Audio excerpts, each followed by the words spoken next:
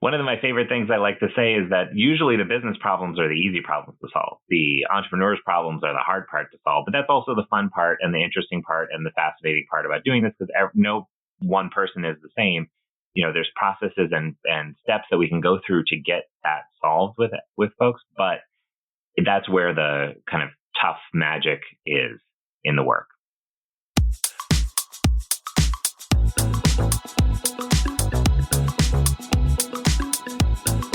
Hey, it's the Profit Answer Man, Rocky Lalvani.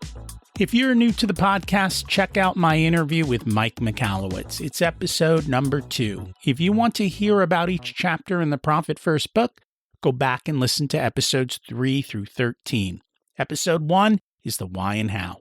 On the Profit Answer Man, we learn money mastery without all the complicated accounting mumbo-jumbo using a simple system.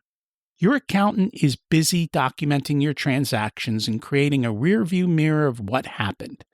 My guess is you don't even look at the reports they sent you. If you're like most business owners, you struggle with this, and it's not your fault.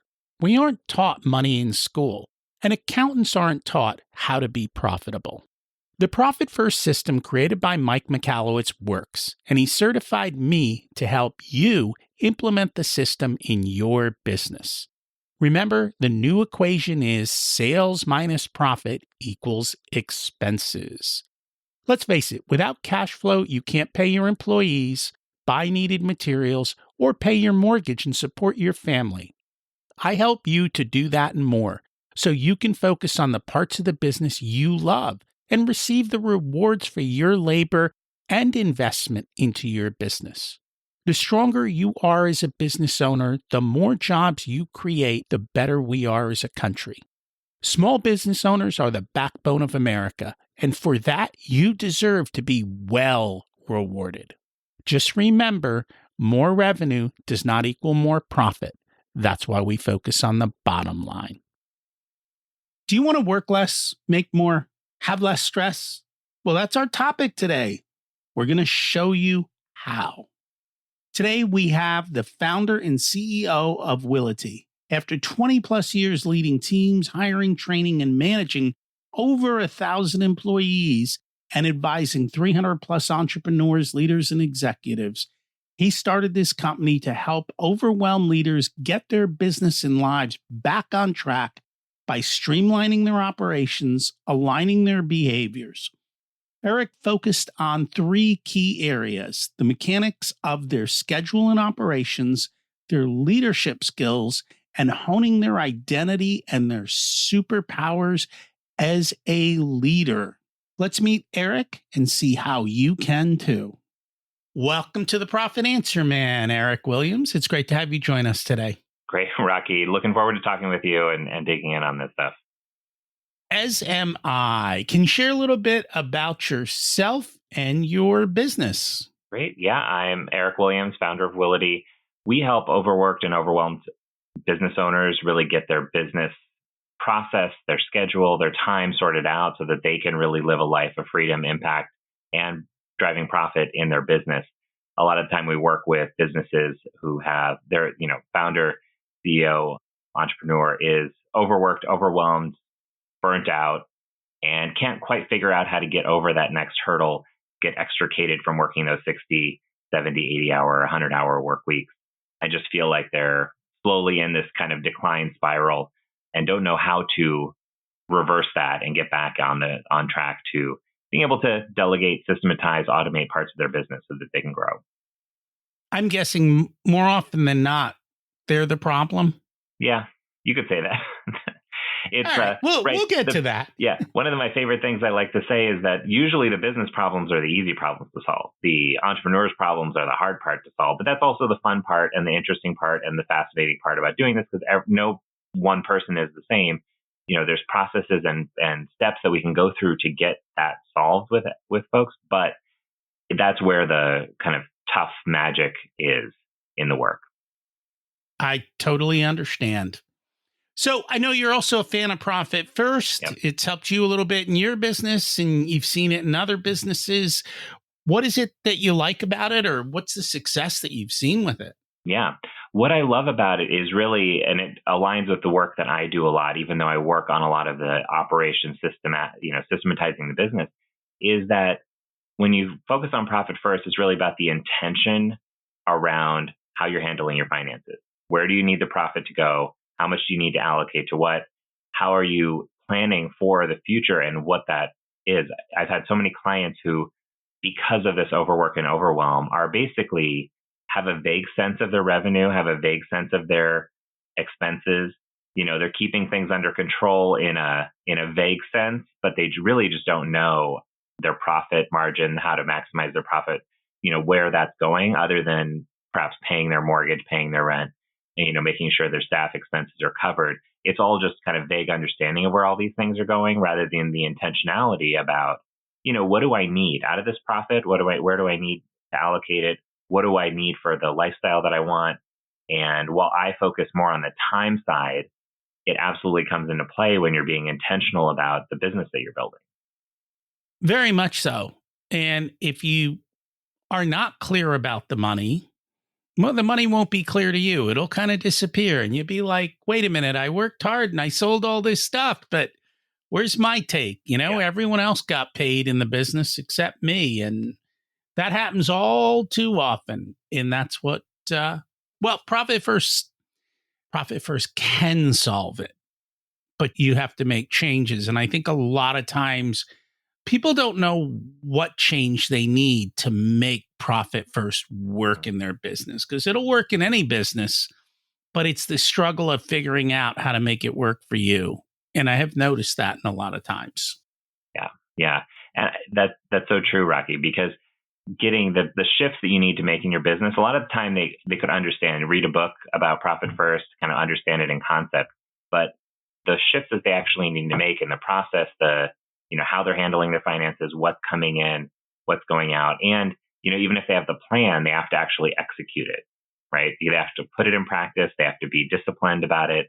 That happens a lot in the operational side too, in terms of, what maybe you have a standard operating procedure piece to handle this thing, but if you don't follow it, if you don't follow the rules, it's not going to work, right? So even the best process and procedures in the world are not going to solve it if you don't follow it. I'm not surprised that a lot of business owners aren't disciplined.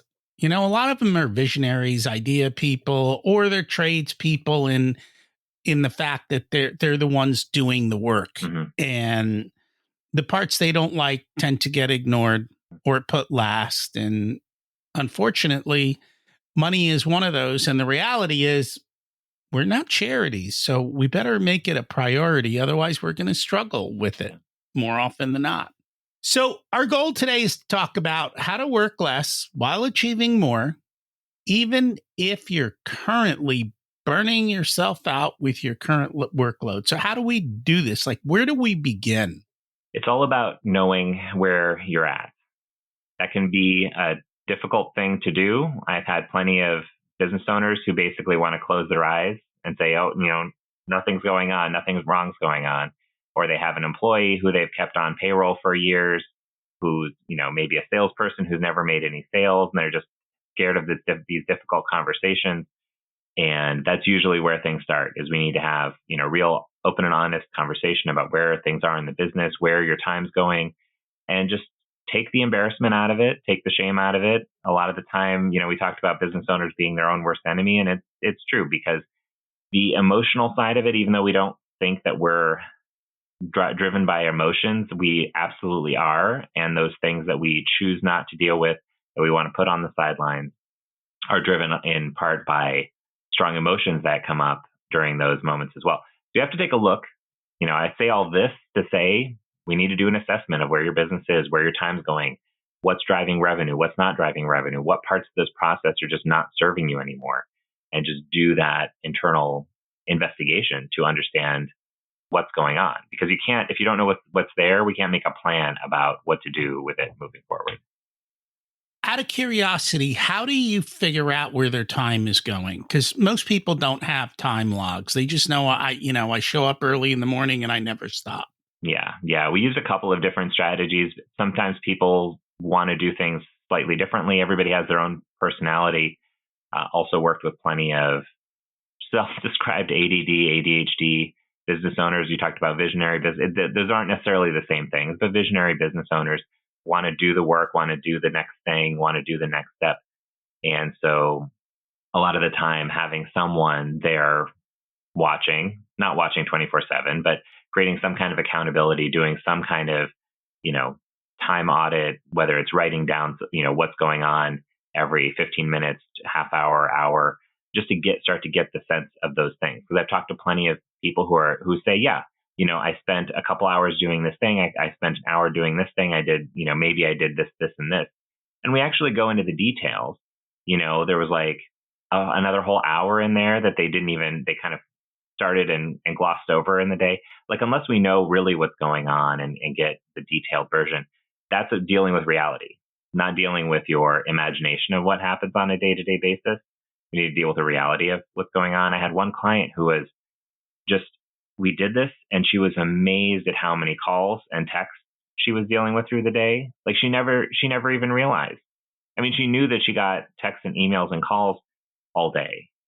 But when we actually did the granular look at what was going on each day, she's like, wow, this is 2 hours of my day that I'm fielding calls from different people on my team. I would never have said that. I would said maybe it's 15 minutes, 20 minutes. It's those types of things where we don't really, unless we get into the details, a lot of folks don't realize exactly where their time's going. And that makes it hard to make good decisions about what to do next if you don't know what the reality is of the situation. Are there other surprising things that tend to pop up when people do the time audit? Yeah, well, there's a couple other things. While people frequently say they're overworked, usually there's a big chunk of time that's getting sucked into things that are not particularly effective or productive. And it's fine. If people want to browse on their phone, that's fine. But those types of things, if you need that disconnect, that break, break from work to just scroll mindlessly on your phone, at least be aware of what you're trying to solve for. Usually that I like that example because that's usually just a mindless activity, and it's not particularly rewarding. We're essentially just disconnecting for a while. But there's that. People don't really realize how much time they're spending on social media, even when they're overworked, because they just need this kind of release.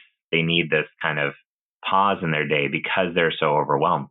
But it's not refreshing. So these are the type of things that we can rework into more effective kind of coping strategies, shall we say, that give you more relaxation, more recovery, but you have to be disciplined about when things go where. And just like anything, when you're trying to change habits and behaviors, you have to start small, one step at a time.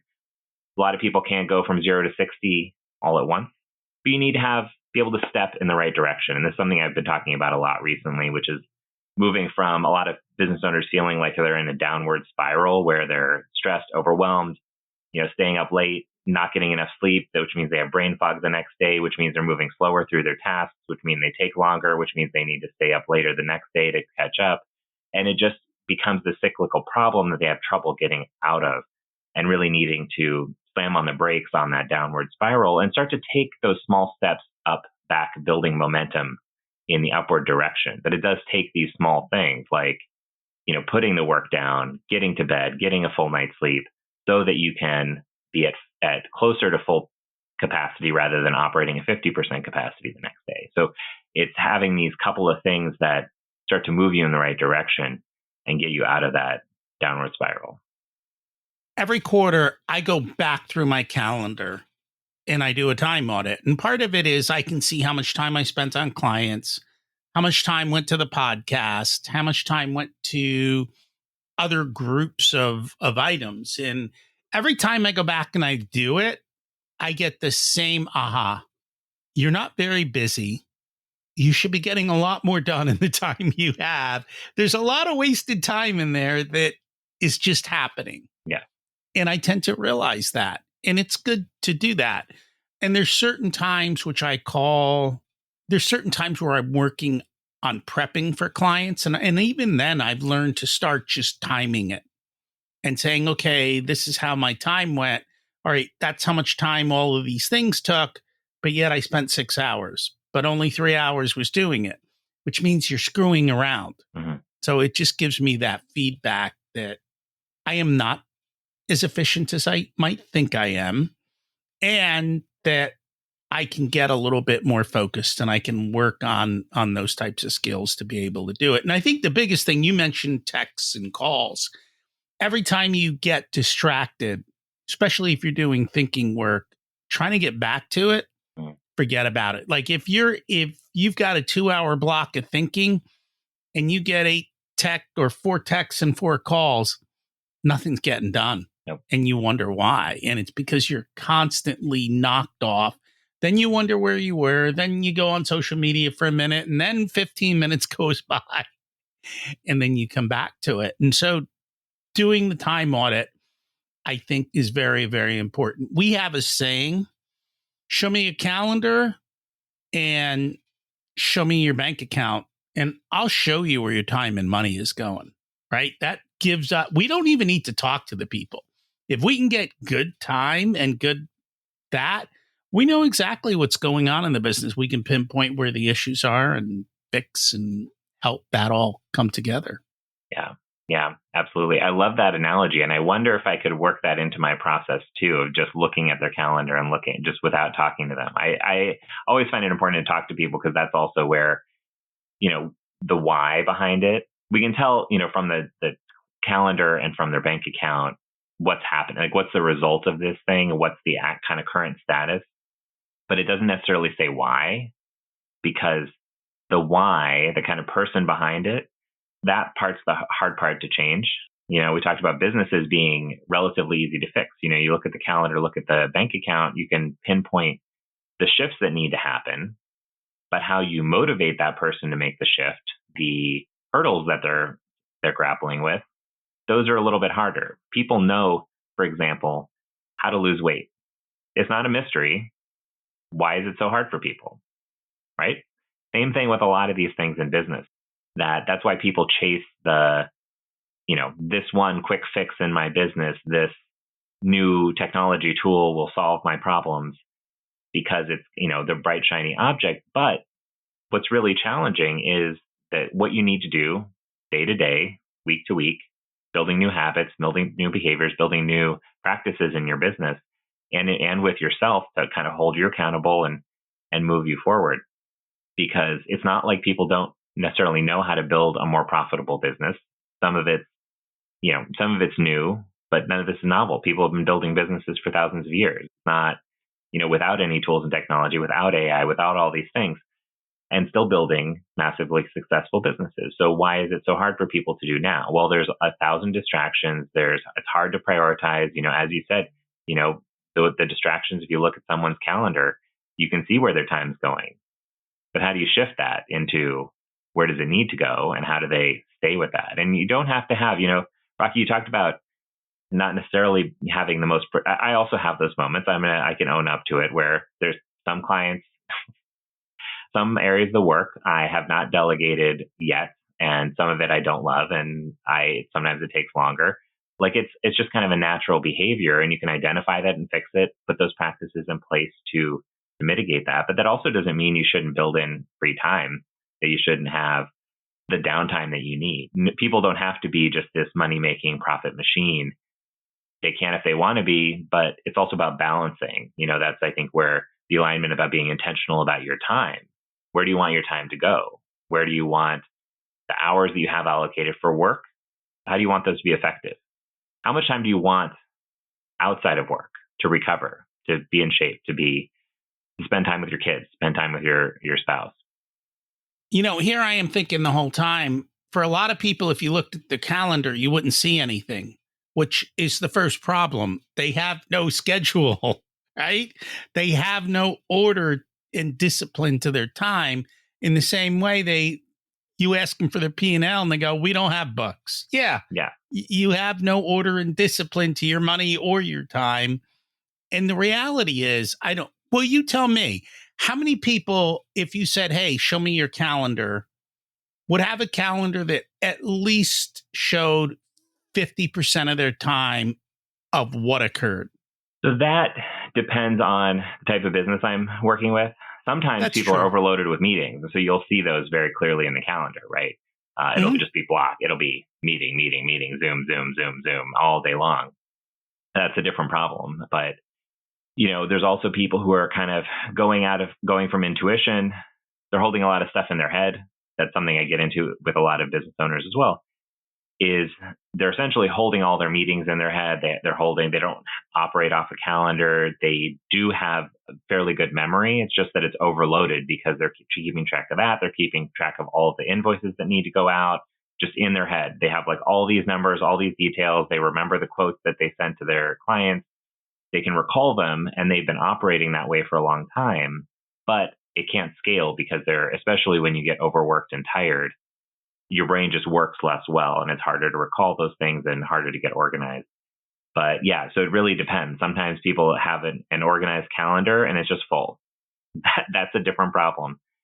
And then they need to solve that. Other people are operating totally outside of a calendar and just keep everything in their head. And that means they're kind of maxed out on their capacity because they need to systematize these things and get them someplace in a way that works for them. Not everybody can do time blocks on their calendar. Doesn't mean they shouldn't model what that looks like, but adapting that into the behavior that they can follow. It's like the diet plan that you can follow is better than the best diet plan out there, right? It's all about what you can do, what you can follow, and those small steps you can take to get there.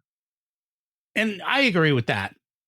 And a big part of what we talk about, and I do it for me, but I'm not the person that teaches others to do it. But everything that can be systemized should be systemized first, right? And optimized too, and automated. And then whatever can't be systemized or automated or done that way, that's when we delegate. And the things that we don't want to do that can't be systematized or automated, we delegate. And I went through that with email. I would get all these emails all day long. I was just trying to keep on top of email. And so I was like, okay, I'll pay a VA to do my email. And then I looked at my email and I realized, why am I paying a VA to read junk?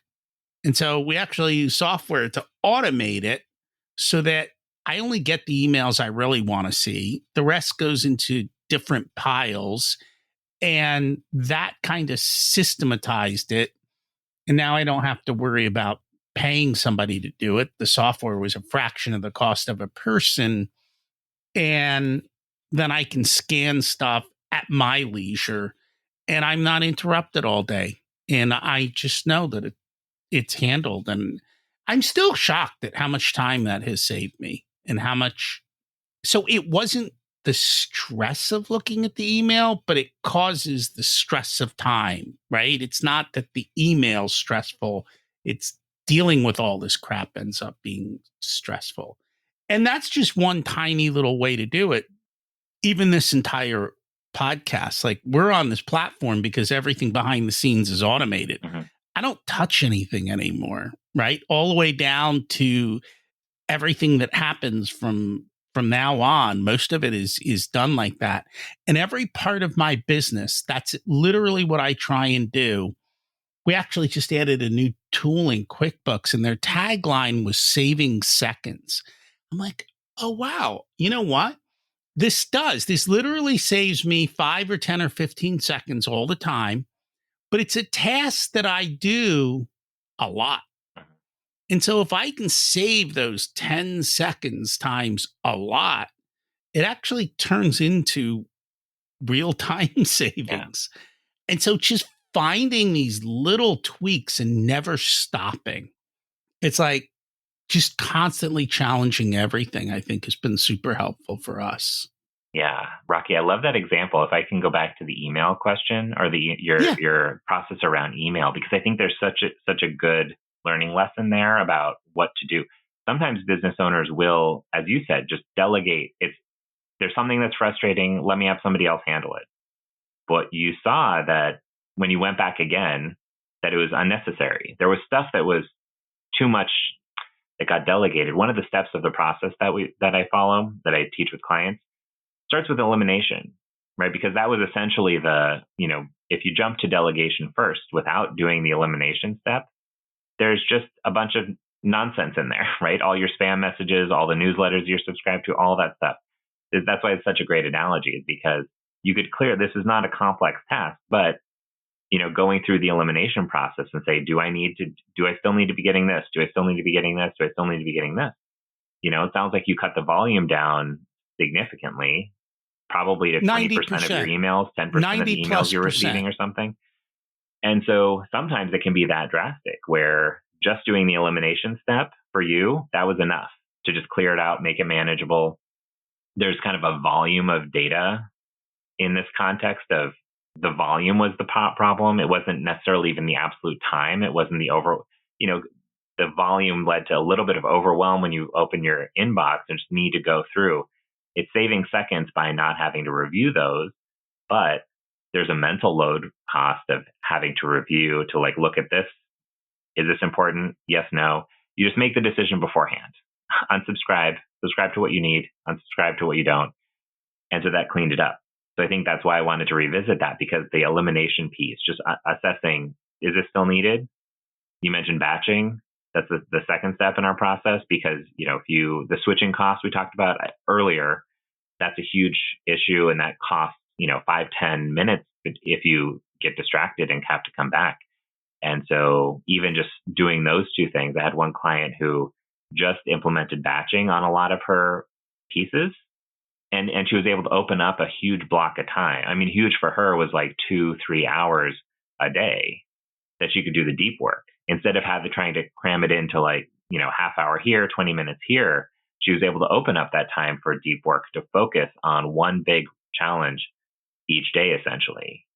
And talk about being able to move things forward when you are able to get into a project and focus for 2 or 3 hours. It's crazy, even if you're able to spend, in a project for 15, 20 minutes, that's usually how long it takes to kind of get your brain turning on that project.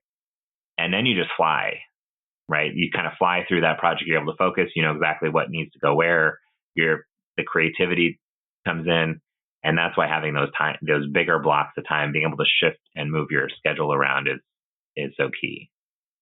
And for me, that one is big. I can't do deep work in 30-minute blocks in between stuff. It just doesn't work for me. And so I need the big block where there's nothing going to interfere as much as possible.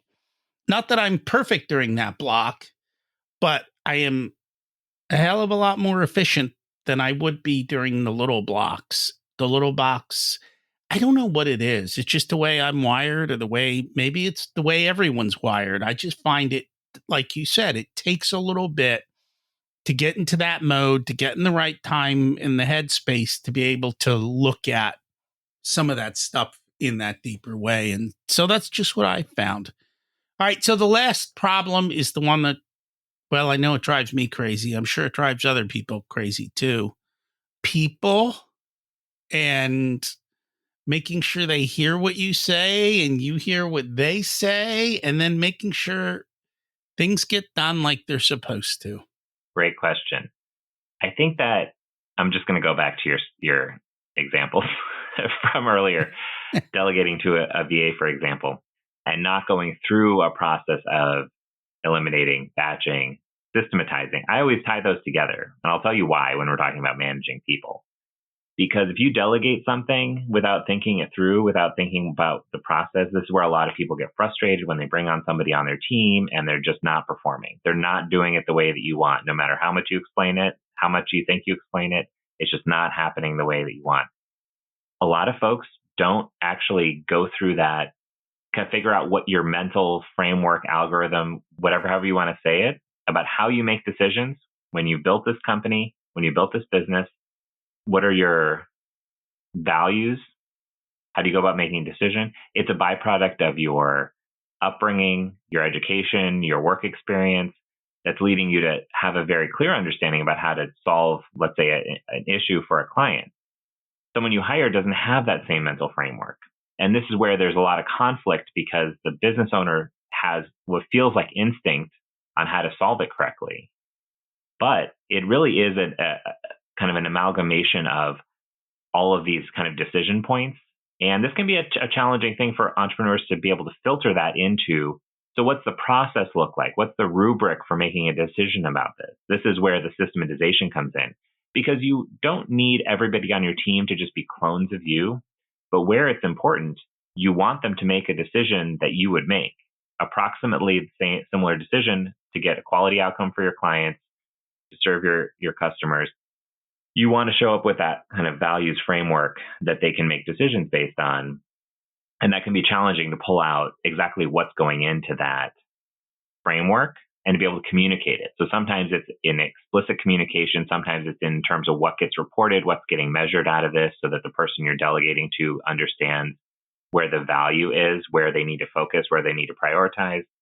And so that you as a business owner can get that report back and see and have the indicators of they did it correctly without having to go deep into the project and look at the whole thing.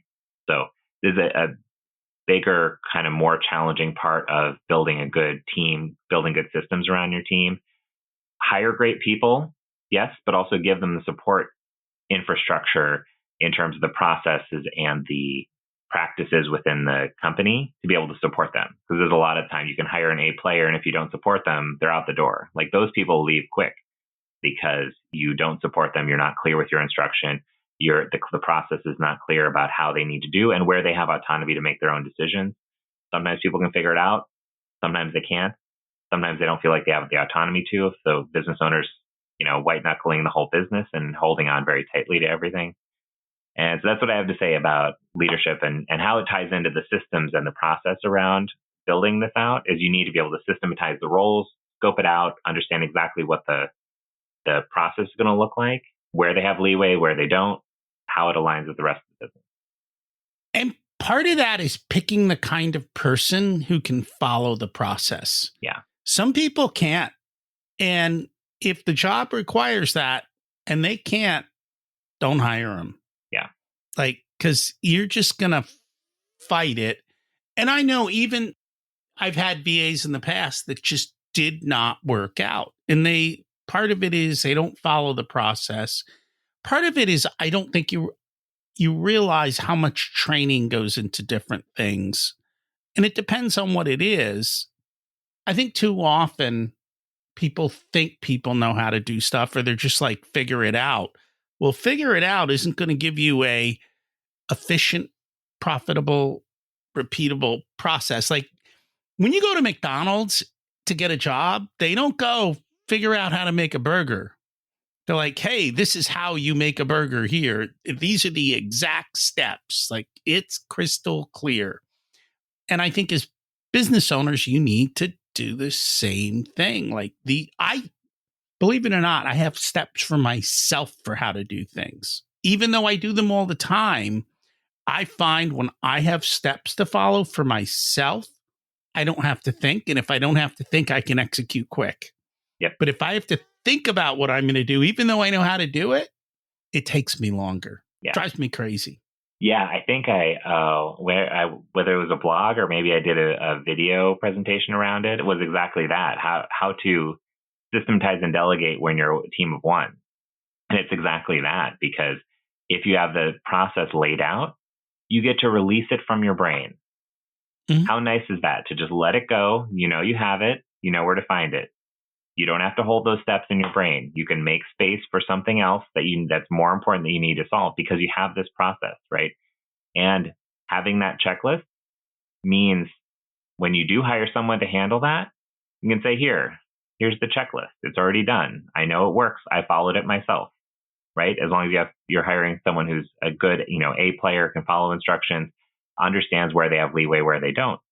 And that's why the systematizing your business ties into delegating, because you can delegate. You're essentially delegating it to your future self.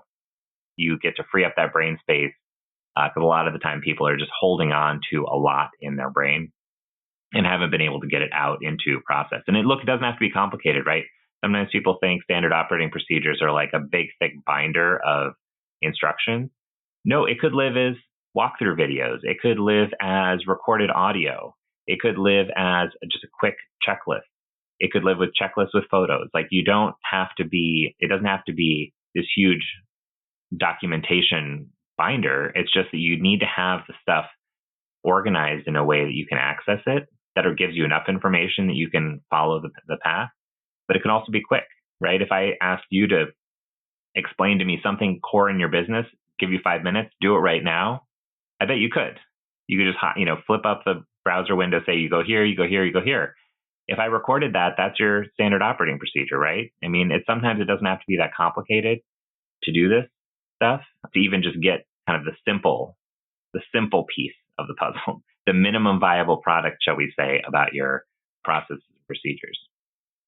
And that's how I taught my VA how to do stuff. I'm like, here's what I do. I go here, I click this button, I change this, I put this in.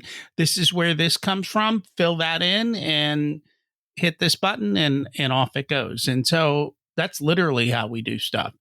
And everything is templated, checklist, spreadsheet, check off, like all of those things. And we make it as simple as possible.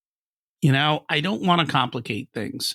And I think people make things overcomplicated instead of just keeping life as simple as it can possibly be.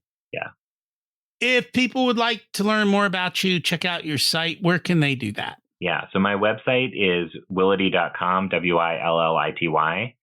A little bit like my last, it's on the video here, I see. So Willity.com. On there, I have a webinar that walks through the 4 steps to automate and systematize your business.